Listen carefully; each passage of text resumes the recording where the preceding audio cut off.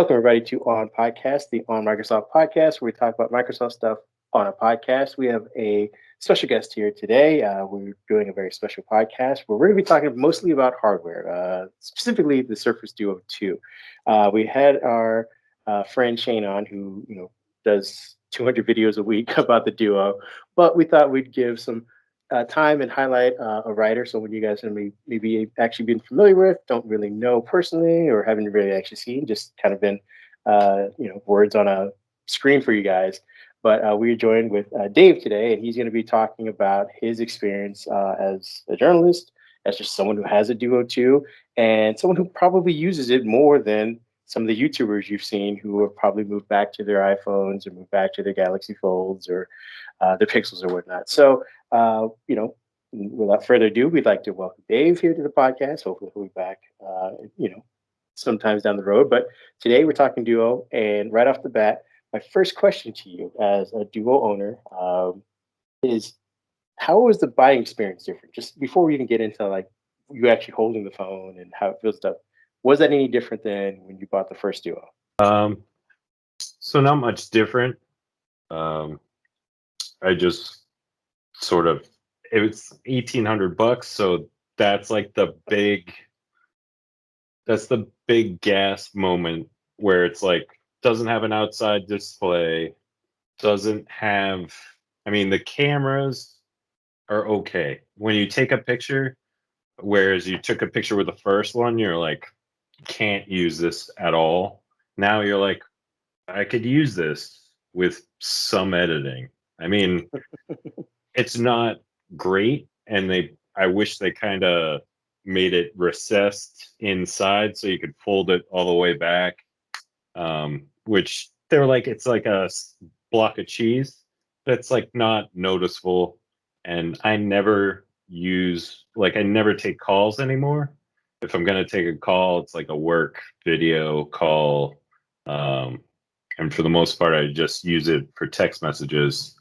And all my friends are on the Apple ecosystem, so they're like, we would prefer you to have an iPhone, but I'm gonna hold out forever if possible.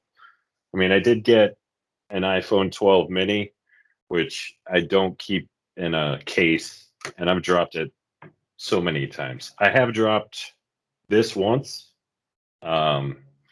which I was, oh my God, I'm going to use Microsoft Complete, but it survived.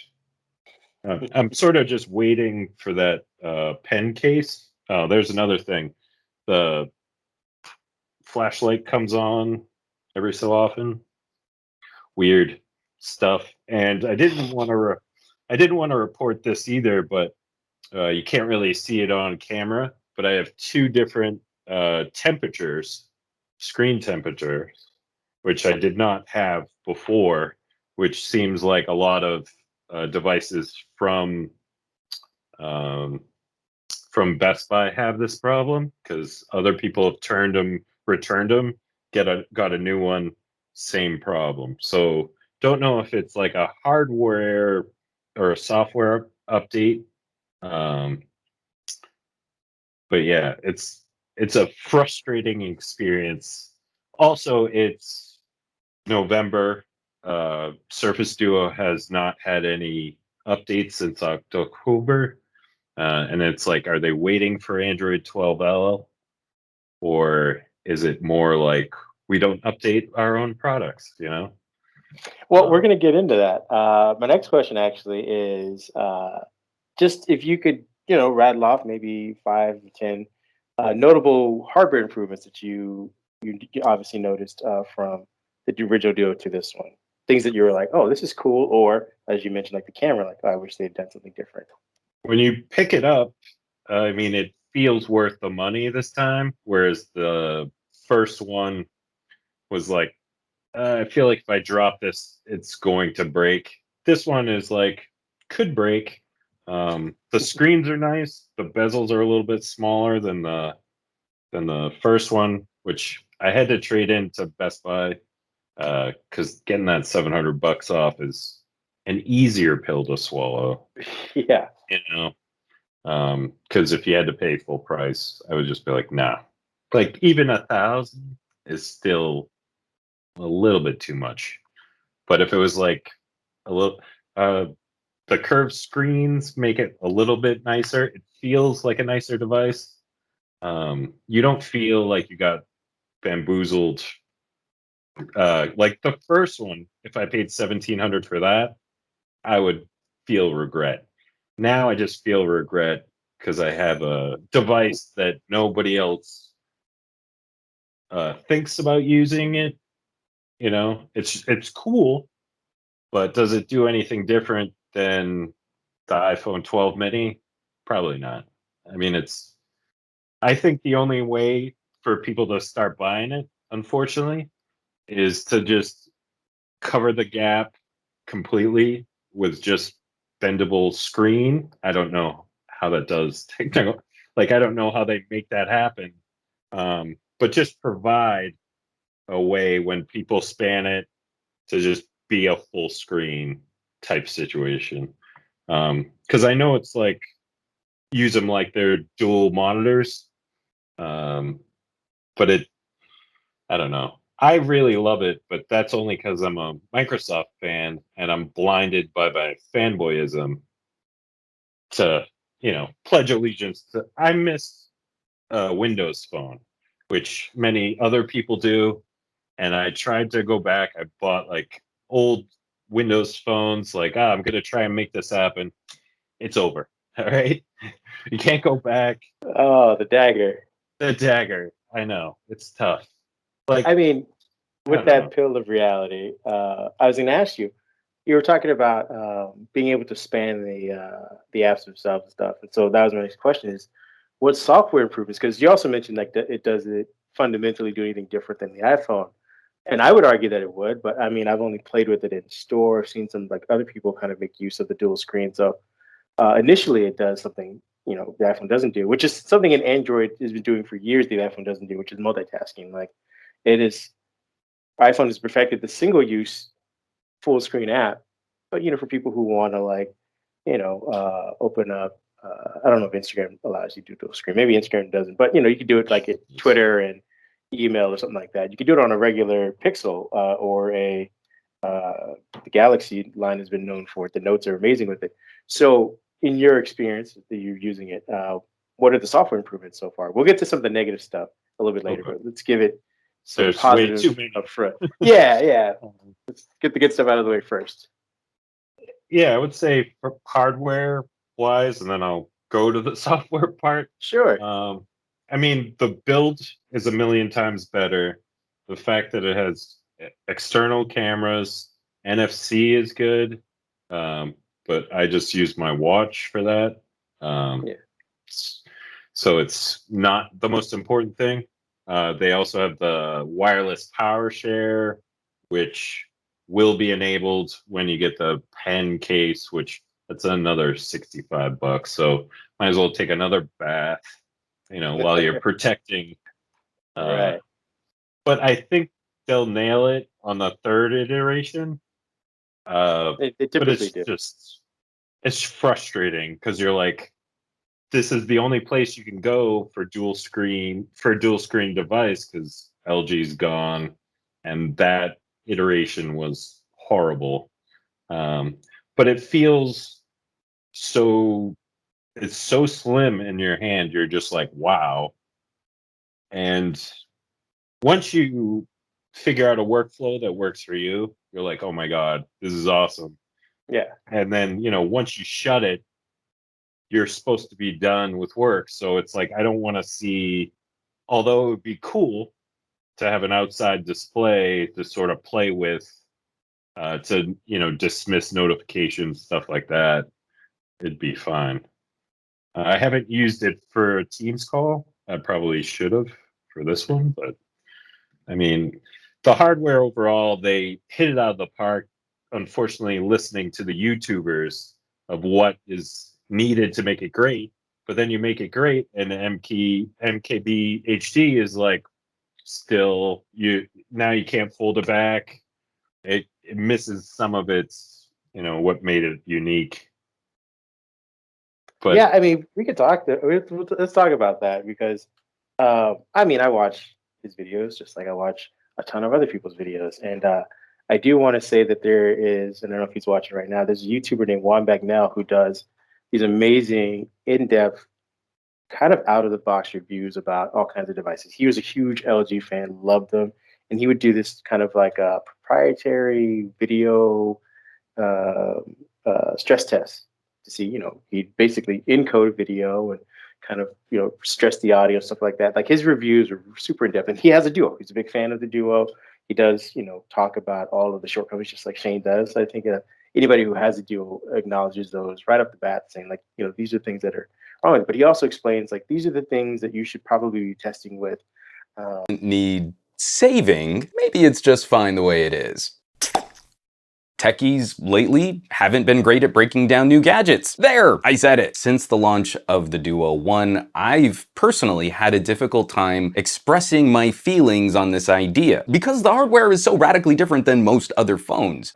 Your Duo, which I don't think we even saw in PhD kind of do that. He kind of goes through the review as though it were an iPhone or a Pixel or even the Galaxy Fold to some extent, which has custom software, which I think Microsoft is falling behind in that aspect.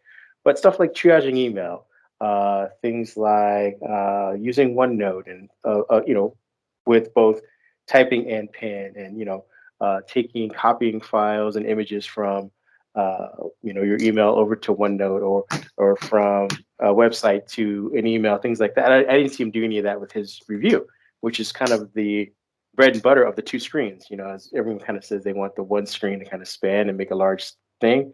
If I am sending a message to my wife and I'm like, I need to take a screenshot of our VIN number for some reason, say she's at the dealership or she's trying to get some information about the car, and I can send to her, from my messages, copy paste that screenshot, put it into the text message without having to, do the multitask button and hover between apps and scroll around and hope they don't have to refresh. If I can just do that from one screen to the next, I think that would be well worth it. So, to your point about these reviewers, things like that, and kind of harping on the device, I just think it requires a different testing process. Like we need to evolve the way we test phones. And would you, how would you test yours? I mean, through your workflow now.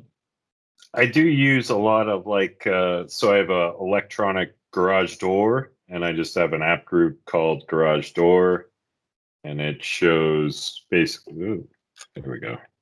So it shows a security camera, and then Awesome. if I want to open the garage door, I can do that on a phone. So I mean, it's also helpful if you're looking through. I also use it on Spotify. This is probably weird, but I look up albums and see how people reviewed them to see if I want to listen to them. So you can use it like that, or be like, is this worth my time to if I liked previous albums of this certain artist, is it going to be a bummer or whatever? I also, like an idiot, bought the new Surface Slim Pen 2, which I have. This is the old one that goes with the Surface Pro X. Yeah, I just recently joined the club myself. Oh, nice. Yeah. So getting this one is a little bit more sensitive than the previous one, but I don't know if was worth. So what happened was when I pre-ordered the Duo 2 from the Microsoft store, I didn't cancel the complete order. So I got the Surface Slim Pen 2 from Microsoft Store and the Duo 2 from Best Buy. So Okay. it was weird. But here's another question for you. And I think this has, been the crux of everybody's review, which again, depending on how often you use it, I guess it could be a big deal. Are the cameras markedly improved? Like you had said, that you went from can't use this at all to I can use this with some editing. Yeah, and you have an iPhone. So Yeah. how do you pair the image quality? I mean it's pretty good. I would say maybe the iPhone beats it out, but it's Apple's own processing. They got it all tight in. I mean, I just sort of shoot the picture and then look at it later. Sometimes it comes out good. The issue was with the first one, you had to like flip it back, and then you're like, which way? Where's the webcam? And then you would take the shot, and then there would just be like you'd see trails, or it was just a horrible experience. I haven't tried out the selfie as much because I just don't take selfies, but I will say the Game Pass on this is pretty awesome. Once you get used to the controls being just touch, which is I'm used to having a controller so I can like crush it when I'm getting aggressive, but yeah, it's really great for Game Pass games. I played for Forza Horizon 5, which is an awesome game. Battlefield 2042, also a great game, but server's not working as well on release, which is happens. I'm But looking yeah, forward to that. I am now, we were talking just off mic about this. Like, I'd kind of gone through the flurry of October hardware, and I was super excited. I wanted everything, and now I've kind of reeled myself back as I've seen people like yourself and other reviewers kind of go into the minutia of like owning the device for more than the 2 week review period. And now people have had it for 3 weeks, going on four. It seems that like all the people who are using it have all of this useful information about it. Like, again, they do talk about the negatives, which we'll talk about in a second, but regarding like the camera and things like that, I was uh, wondering if Microsoft could have done what Google did with the Pixel, particularly even like the 3 and the 4. I mean, it has a bump. I don't think it's comparative to um, the Duo's bump. I think it's actually pretty thin compared to that. Uh, but they do all of that like processing on the 4 yeah, they have their own chip for it, but in 5 they send it up to the cloud and the cloud spits back out an image. Sauce that makes our Pixel camera unique is our computational photography. Computational photography. So what does that mean? It means doing less with hardwired circuitry and more with code. I'm wondering why Microsoft, with all this machine learning that Satya Nadella is always talking about, all this quantum computing and stuff like that, why can't they, they don't have to follow everybody with the 3 camera thing. They don't need, necessarily all of these big bulky lenses. Pixel didn't need it until this year, and even then, that's because they're trying to compete 1-to-1 with Apple. If Microsoft is doing half of what Google did with the 2, 3, and 4, with the smaller lens, the smaller footprint, I think you could have that full all the way back experience that you had with the original Duo. And I think they are relying on just sheer powered strength of their camera, and it's still falling short, as you're saying. yeah, They need to go back to the drawing board and maybe talk to the Google, or maybe siphon some of those Google photos guys, those Google camera guys, onto their team so that they could have that super thin device that uses a 12 megapixel camera and shoots out these amazing photos. Maybe they're 3 generations behind, but 3 generations of the Pixel camera were still really good. yeah.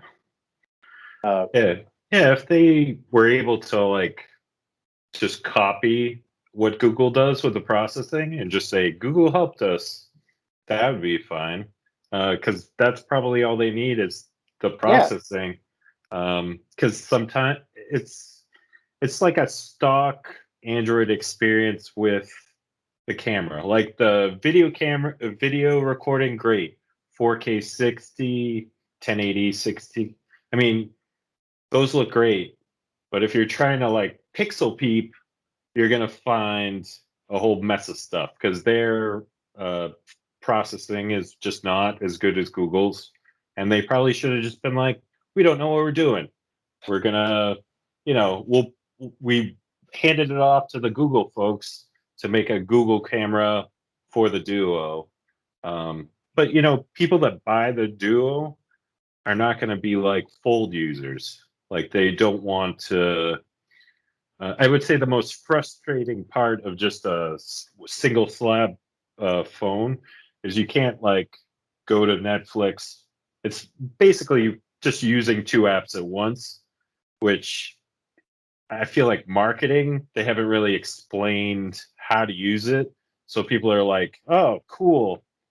It's there's a split in the middle, and then they just focus on the stupidest.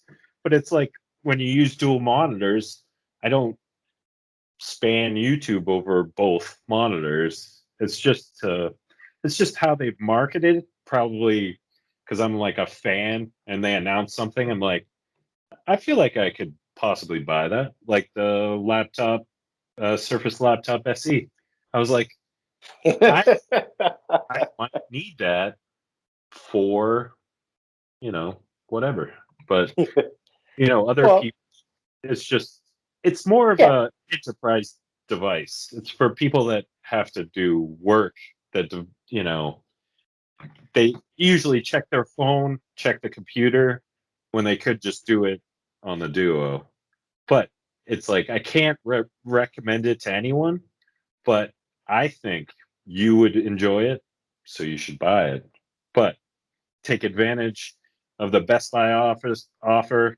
Buy like the old Duo if you could find it for like that's what $200. I'm actually searching for one. I think I found one for about 316. I might end up picking up this weekend and kind of get acclimated to it before I go and invest, $1,000 or $1,100 It for. takes a really long time, but like once Yeah, you get it, you're like, this is amazing.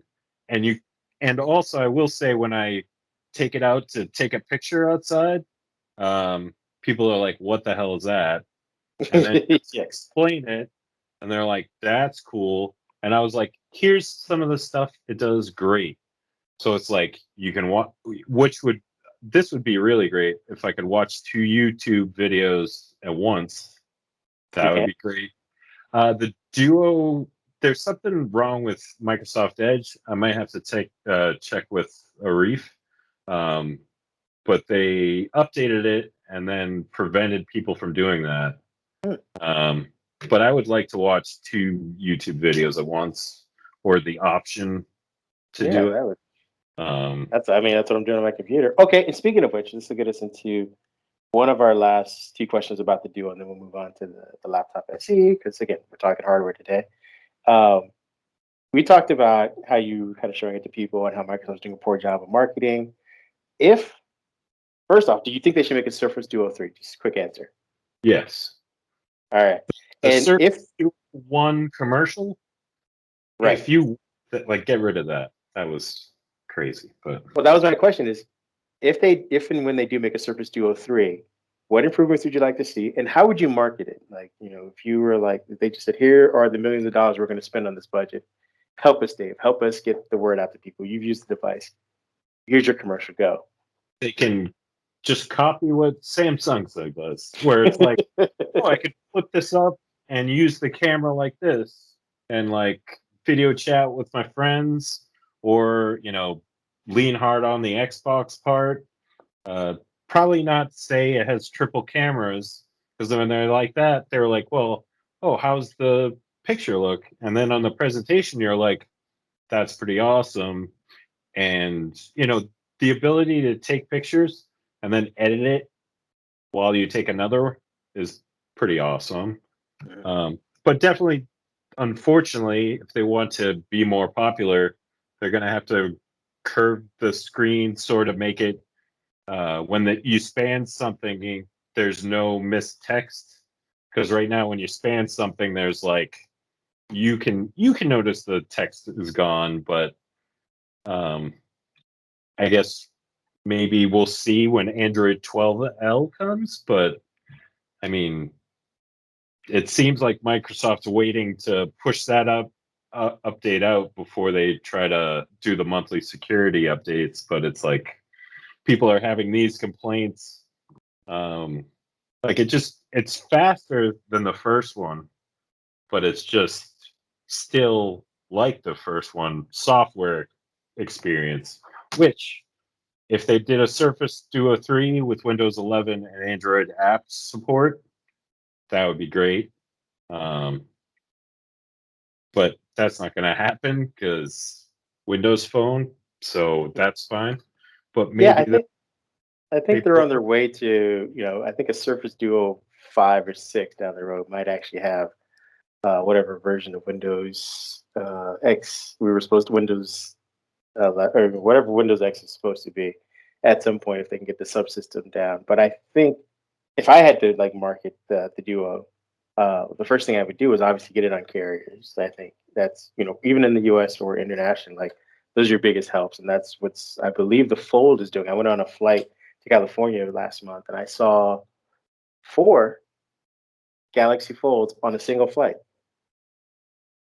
Oh, Now, that's 2 of them were like in first class and stuff like that. But I'm like, there are people who are buying these things, and I think because you can go in and turn in a Galaxy S20 for like $1,000 trade in, and you're basically only paying like 600-700 bucks to get the Fold, that definitely helps on early adoption. And I think it kind of balms some of that early frustration you might have with the device if you're only paying 600-700, the price of a yeah. regular phone.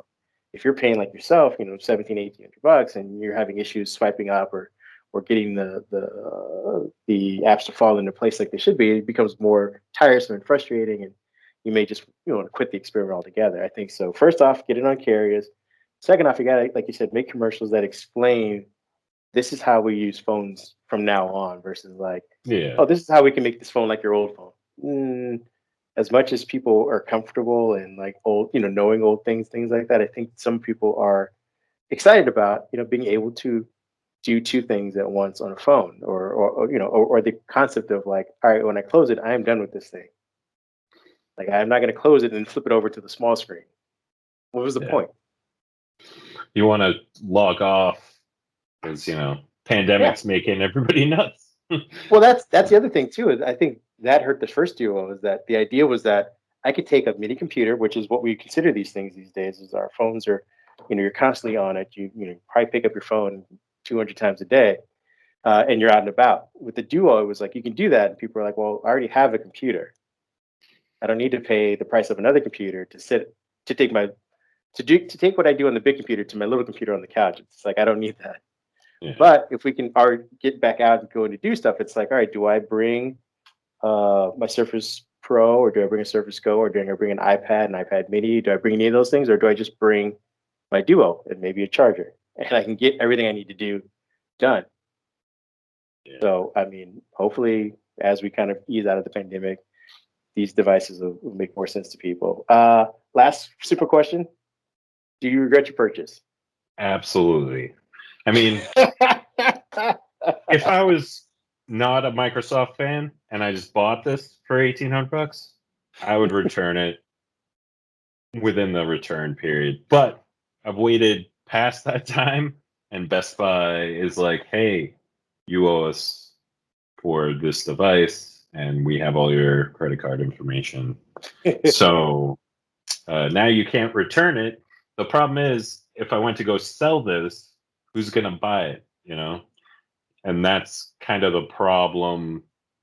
Maybe Yeah. it's too expensive. If they can make it cheaper somehow, but still, like right now, the software is lacking.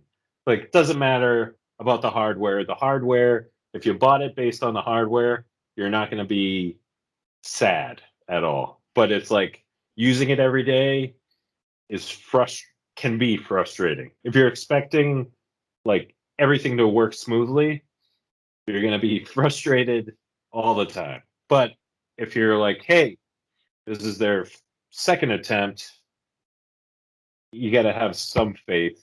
And then once you find a workflow for it, which you seem to already know, it's like it's sort of a life-changing moment, because then you're like, I don't need a single slab. Now I can just do everything on here.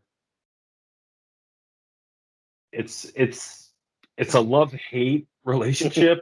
Like, it's like if they could just copy what like Samsung or Apple just through wording, it was like the greatest triple camera experience ever on any phone that has 2 screens or something. I don't know. Well, Similar. we will hope that they could at least nail down the hardware experience, at least for the original Duos. They have about 3 weeks to get Android 11 onto devices for them to keep their promise. They have a little bit longer for you guys to like keep a promise of making the experience more enjoyable. And hopefully with whatever Android 12L comes out, and they are able to kind of natively pan things and kind of make use of both screens at the same time with like notification shades and the way they kind of optimize apps to kind of spread out on the screen. Maybe all that stuff will come natively, and Microsoft is just waiting for that instead of tinkering with, you know, breaking more stuff by adding more code to it and trying to make their own version of it. They're just like, you know what, we're gonna let Google take over that part of the operating system and make it feel nice and smooth. Maybe that comes in March or April or right before build. Who knows for Well, you guys? maybe Microsoft just launches their own cellular company like Google Fi. That would be awesome. That would be something. Then I would hop on immediately. Or bundle Office 365 with the do too. Boom. There are many. I mean, yeah, they For could like do. a monthly fee. I don't know. They need the Google One or whatever Apple One services. Like, here's your hardware. We're going to give you Xbox. We're going to give you Microsoft 365, Office 365 for $40 a month or whatever, and you should be all set. With that being said, again, free marketing Microsoft. Let's move on to the Surface Laptop SE real quick. I know that you have seen it. You've probably written some stuff about it. What are your thoughts about Apple or Microsoft trying to compete with Google with this particular device and this version of Windows SE or Windows 11, I guess? They should probably get rid of any SE versions of Windows 11. Just make it Windows 11, so you can just, the laptop's 250 and does everything a Windows 11 laptop would do. I don't know if they can compete with Google for education, but maybe they can. But since COVID's happened, everything's sort of gone weird, I guess. Yeah, it's hard to say. I mean, I heard rumors that Nadella might get fired. Is that I saw a conversation with you and Rabia on Teams, and I was like, yeah. I was driving, and I was like, I can't Google any of this stuff right now. No, we were talking offhand about one that there were Windows Phone fans who have been waiting for him to fail for a long time. I was one of them right at the beginning. As soon as he killed off Windows Phone, I was like, "You, sir, are dead to me." My heart left with Balmer. But I was joking about that. I mean, he's crushing it as far as the cloud's concerned. Yeah. As far as my take on it is that I think they need SE, but they also need to play up Microsoft Intune for education. That's its integral part. I think that's the heart of this Windows SE / cheap laptop push. Because again, we got to be realistic about it. They still own about 60 to 70% of the education market, even in the US. Like, Google had its flurry for the last like 3 years of Chromebooks, things like that. Microsoft is still the majority in schools. It's the majority, especially internationally as well. So as much as we keep reading the headlines, the reality is that they still have people, teachers in schools and admins in their pocket. So what they need to do is improve with, like I said, Intune for education. That's the management software behind Windows SE. Like, I think Windows 10s was perfect. Like, I don't think they really need to change too much for that. Like, they just need to explain to normal people who are trying to run out and buy, like, oh, I want to buy this Windows 10s because it's cheap and I want to run it as a Windows device. They're like, oh, you couldn't because you couldn't go to beyond the store. These things aren't going to be sold to normal people. They're going to be sold to schools who are going to tell kids that they can't go beyond the store regardless. So that's half the marketing for the SC part of it. Like, they don't need to explain to people like, this is your normal Windows. People are going to use the operating system like they would normally, kind of go to the file system and snap windows and go to the control panel, or pull up, or tap on the top of the box to open. They'll use it like they would normal Windows, but they're not expected to be like, I'm going to go download Probably Minecraft, Photoshop or Minecraft or anything like that outside of the shop, because this is a school thing. So they don't have to worry about that. But they do need to worry about IT admins that are saying, I need to erase fleets of these devices on the fly. I need to put these permissions in on the fly. I need to have one person manage a school's worth of devices. Like, we're cutting our budgets. We don't have enough money for 3 or 4 IT guys to kind of refresh these computers every trimester or whatever. We need to like get them out to people at their homes on the fly. Like that's the part of Google for Education, which is killer. That's what's been killing Microsoft, is that they're able to, through the cloud, just say, here, log in with your Google credentials, and all that information pops up. We put the barriers on what you can and can't see, but other than that, we don't really have to touch it. And Microsoft is saying like, well, if you have one person or a dedicated staff and you have the time and the resources, you can kind of do the same thing. And that's what's been killing them, aside from the price of the devices. I also think they need to get rid of the licensing fee so that they can allow their OEMs to compete competitively for price. Like, everyone keeps saying that like a $400 Windows device is crap. And I think, part of that is, they're compensating for the licensing fee. So, it's already $100 more than a Chromebook one was. So if they're going to charge $400 for it, that extra $100 can go into a better processor, it can go into more memory, it can go into solid state drives, things like that, that'll make it more competitive with the Chromebook. So I think I'm not very confident about their ability to stay competitive in this area. I love the push, but it seems like they did this with Windows 10 S. We're like, oh, we're going to do something big. And then people are like, all right, a year down the road, they're like, well, can we get some more updates to this? And they're like, you're not professional. So piss off. We'll come back to you in a little bit. Yeah. I don't know. Maybe they were just like, oh, we're growing, so why not grow into the education space? But yeah, the licensing would be huge.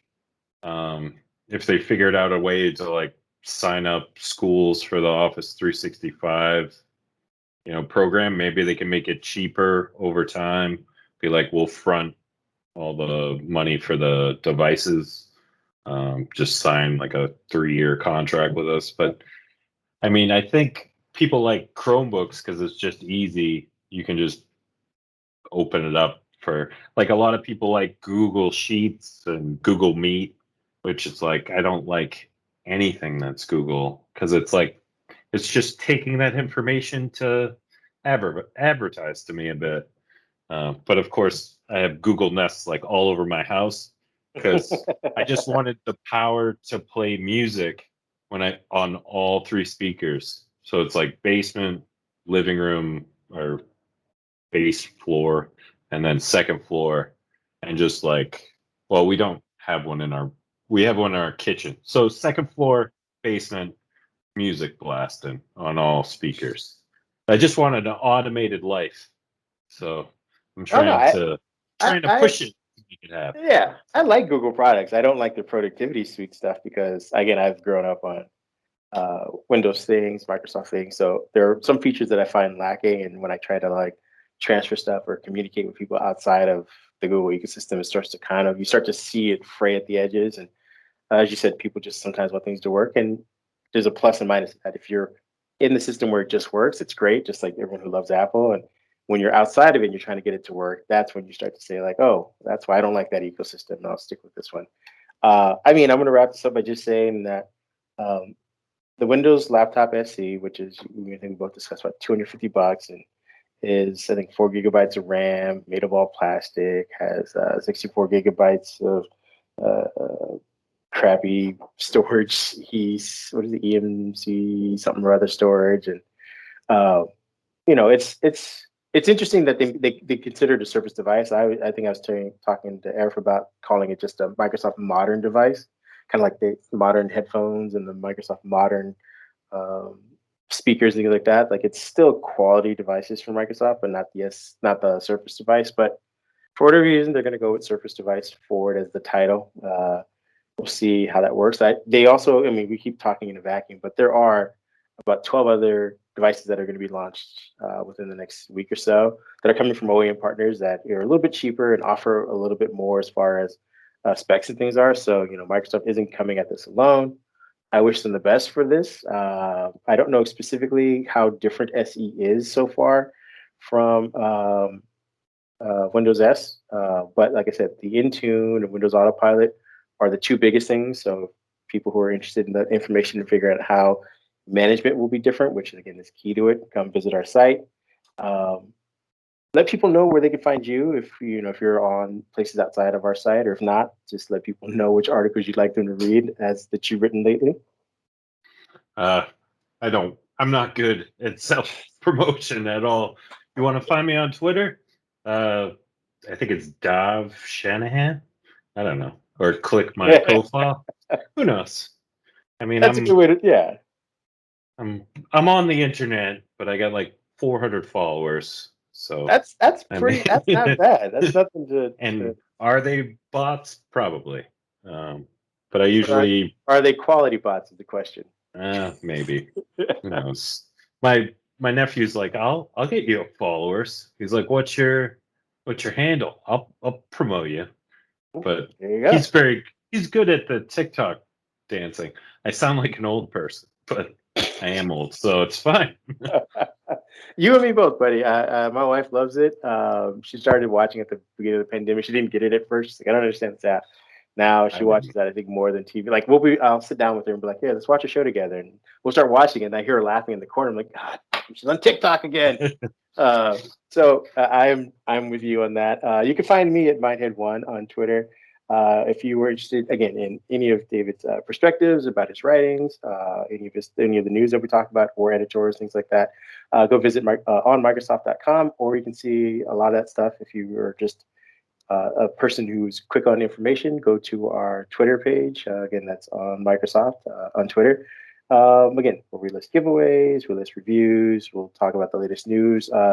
We can briefly run through some of the stuff a week ahead, but it seems like Microsoft's starting to slow down on that kind of stuff. We did just recently have a couple insider builds released. I do have some hardware that I still finishing up. I'm going through a round of reviews, so I have a bunch of Lenovo stuff that I'm reviewing. I also have some portable screens I was sent by a company in China, which is super cool. I think it's like the size of this, like, I don't know, carrying case or whatever, but it's like a full-on 4K projector that I'll be reviewing. And then I have the Surface Laptop Studio and Surface Pro 8 that I need to get to you guys, and I'm doing a bunch of benchmarking with that. So lots of hardware news this next week coming up. Do you have anything that you are reviewing or going to be doing? Maybe some how-tos. Yes. If anybody knows what how-tos are good, or anything. Yeah, and feel free to ask your questions on our website or on Twitter, and we'll see if we can kind of get those to Dave. If you have any questions about the Duo or any how-tos about the Duo, if you have specific questions, yeah, I can tell you.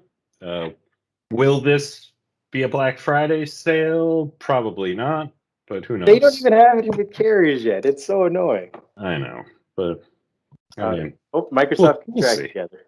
Yeah, they could start their own, but yeah.